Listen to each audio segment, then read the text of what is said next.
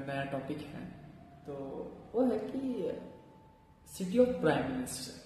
India में एक ऐसी सिटी है, एक ऐसा शहर है जो मतलब सिटी ऑफ प्राइम मिनिस्टर उसे कहा जाता है। कितने लोगों को उसके बारे में पता है? प्रयागराज यूपी का एक शहर जिसे इलाहाबाद कह के जाना जाता था, अभी उसका नाम है प्रयागराज। और ये जो है गंगा यमुना और सरस्वती के संगम पर ये बसा हुआ सुंदर सा धार्मिक सा ऐसा एक शहर है।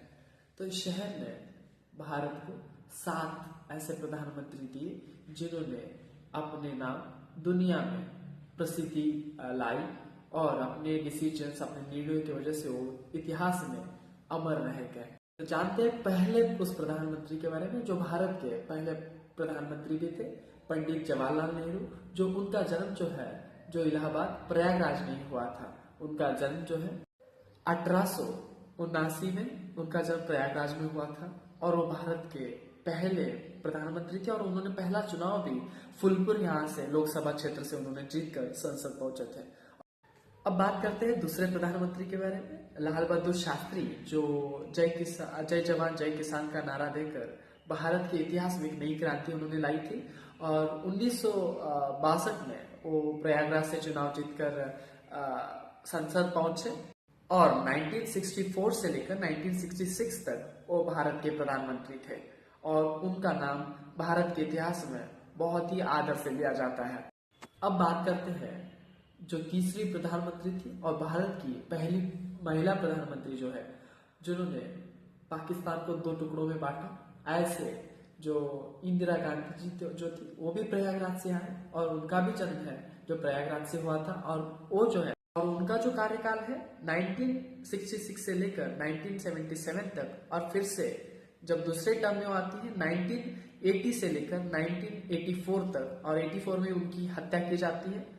अब बात करते हैं उस प्रधानमंत्री की जो भारत के इतिहास में, राजनीतिक इतिहास में सबसे युवा प्रधानमंत्री के नाम पे उनसे जाना जाता है। वो है राजीव गांधी जी, जो 1984 से लेकर 1989 तक उन्होंने प्रधानमंत्री के तौर पर काम किया।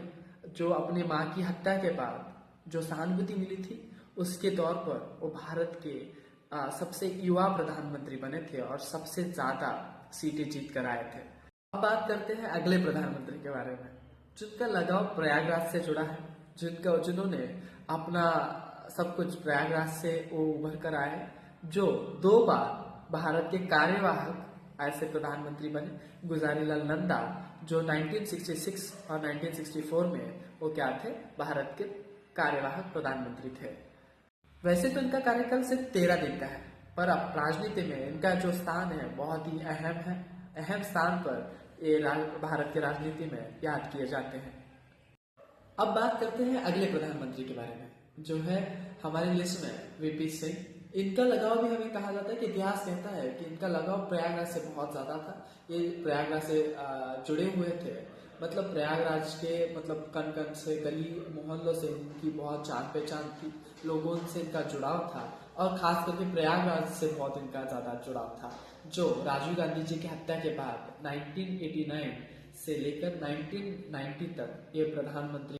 अब बात करते हैं इस लिस्ट के अंतिम प्रधानमंत्री के बारे में, जो 1919 से लेकर 1991 तक भारत के प्रधानमंत्री थे।